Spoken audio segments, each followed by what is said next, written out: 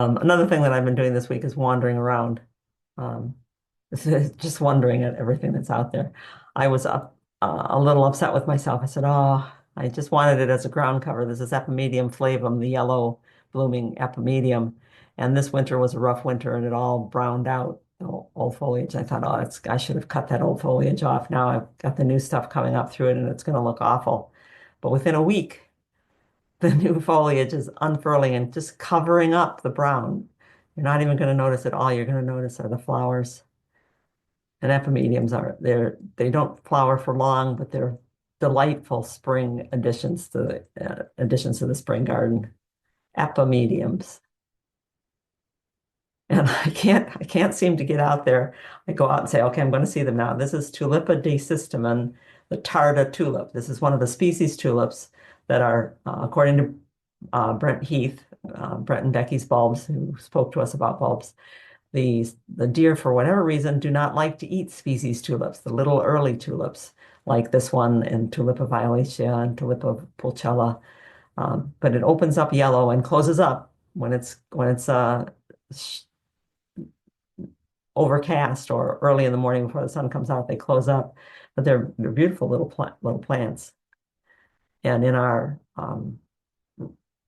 sunken garden in front of our bedroom window, or out by our front walk, as I walk into the house, I look and see this is about as big around diameter wise as a broomstick, broom handle. This is our jack in the pulpit called blackjack coming up. And it's just a spectacular plant. It's in the same family, Sonia Sauter, as the voodoo lily that you got me. And does it look a little bit like that as it comes up all spiky like that and dark? It's a nice combination of plants, ginger, European ginger, bloodroot. Brunnera has found its way in there. And when I stepped back, I saw Go that ahead. the Labrador violet, the purple-leafed violet, it's native, and it was here. I went, oh my gosh, there's a war going on here between the violets now and the plants that we put there. And my tendency was to say, okay, I got to get in there and rip some of them out. And I went, no, don't. This is part of the ground cover area. Remember that, Janet? This is not a perennial garden. You put these things in here to let them duke it out and see what would happen. So border jewel, bloodroot, brunnera, goat's beard. There's a goat's beard seedling over here. There's a what do you call it? A garden, a cultivated form of Veronica, creeping Veronica right here. There's an Irish moss, and who's going to win? I don't The know. dandelion, the The dan like dandelion, the right below dandelion. your hand. Isn't there a uh, dandelion? Yep, there's a dandelion right there. There's also one in the crack in the pavement up. Just I can see a piece of it sticking out over here with some grass. Yep, we'll see who wins. But it's the time of year when you can walk around and look and say, "Wow, 2 weeks ago I was worried about stuff out there. I was worried 2 weeks ago that this area was going to be full of weeds, um, that I was going to have to clip down stuff that was there. And look in 2 weeks how it's filled in. This is the ground cover that we're using out here is primarily Brunnera big leaf forget-me-not, but we're looking for the hellebore. There's one here, and there's a new one here, a new one here. There's a new one coming up over here. We're looking for the hellebores to move in on that area and for this to be hellebores and Brunnera. But it's meant to be ground cover, and so it's good to see these things grow up. And on the other side, in my actual perennial garden, this is perennial sweet pea, Lathyrus vernus. It's like a little shrub. And Irina, I should have suggested this one to you. A little hard to find, but great plant. Um, just such sweet flowers. It blooms for about 3 weeks in the springtime. And then it's just a nice green, disease resistant, nicely shaped perennial. If there's We questions do, about, yeah. yeah, we do have a couple questions. Spiders are very impressive. When predators get predators, that's always the thing that gets Yeah. me. Diana's curious back to the Virginia bluebells and celandine combination. What's the best spot for it? Would it be understory? Would it be in more sun? Understory, definitely. The Stylophorm bronzes out in heat and direct light. It'll grow, but it does not have the attractive bluish gray green I can't really describe the foliage without standing right next to it, but it loses the character of its foliage when it gets into too much light. So you'd be in the understory for that. We've got a request from both Judith and Nancy. I think it's for the same plant, the pink flowered ground cover. Could you Yeah, spell that one out? that's vernal sweet pea, Lathyrus, Lathrus,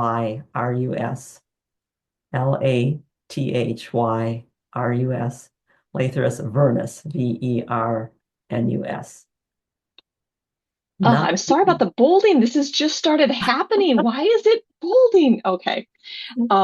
Yeah. You got a spell checker that's looking for scientific names. No, I would put them in italics then. Donna is saying that she's been unable to find border jewel. Any recommendations from you or from the chat about where to get border jewel? Places that sell ground covers.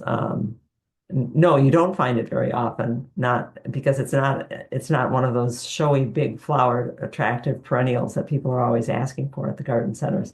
But if you see one of those benches at the garden center that's selling ground covers, there's one company called Steppables, for instance, that sells ground covers. You'll find it in the ground covers, or you can definitely order it. And if you order it, you can order some of the ones like Dimitri and somebody fleece that have purportedly bigger flowers um, or different foliage. Come on by our house, Um, you can have some. and Barbara's asking about the Lathyrus. Would that be a similar The buying latest spot for those guys? I know it's not a ground cover. It won't be in the ground covers. It's just one of those perennials that it had its time back in whatever day and it got dropped along the way. I remember when I was talking to Karen Bovio at Specialty Growers, I said, I'd like to be using Lathyrus vernus and I can't. She said, why aren't we growing that? And she was able to get seed and grow it for us. Um, and I've been just dividing from the plants that we have ever since. I'm sure it's available online somewhere, but maybe because it What blooms early before people get to the garden center. I don't know. There's some reason if that you if, that's if you run, don't walk, RK says they just got some at Bordines this week in the shade section. all right. So In the yeah, shade section. drive safe, everyone. And don't argue. Please don't argue with each other over this. Sonia contributed, our Sonia Nicola contributed. She was walking in the woods. You want to describe this because you put it so well. It felt like, Yeah.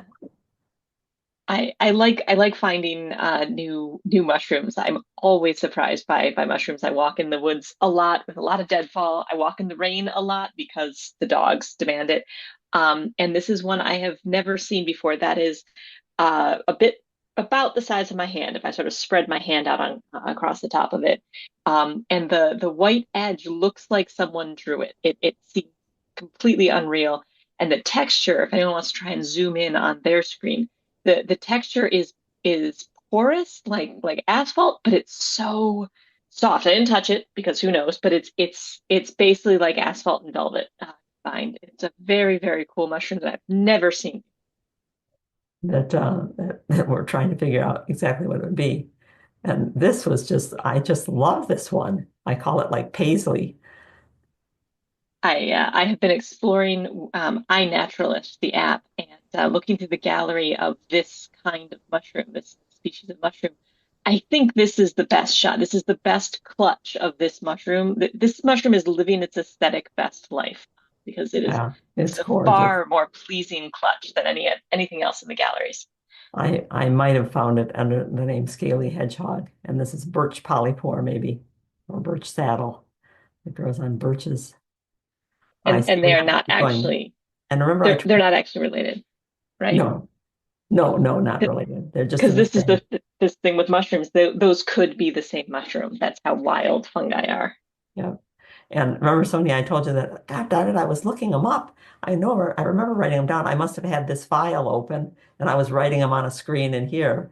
Um, Cinerea Macies Lindbladii is the, I mean, but maybe, mushrooms we have to take with a grain of salt and not eat them at all until we find out. I want to just go through one more thing before we officially start our topic of the week because we've been thinking about shapes because in a free-for-all Friday a couple of weeks ago, Irina asked whether these Rosa Sharons might make a hedge in her backyard. And I pointed out that, yeah, they make a nice um, vase shape group of vase shaped plants as a hedge over there, and they'll grow taller, so you won't see through them. Marina then said, should I plant some round shrubs between them if they're vase shaped?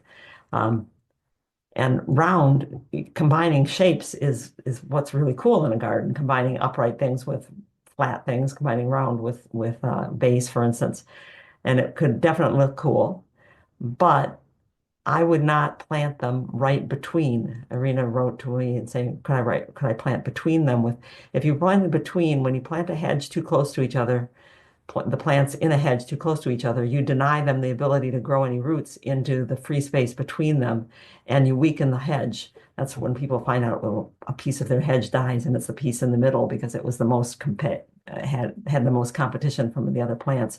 So if you want to plant between them, then plant them where they're visually between, but out in front of them so that they've each got their own space to grow. And furthermore, I wouldn't put a shrub under a shrub because no matter how little they say they are, little shrubs get bigger than you expect them to get. I would do perennials here.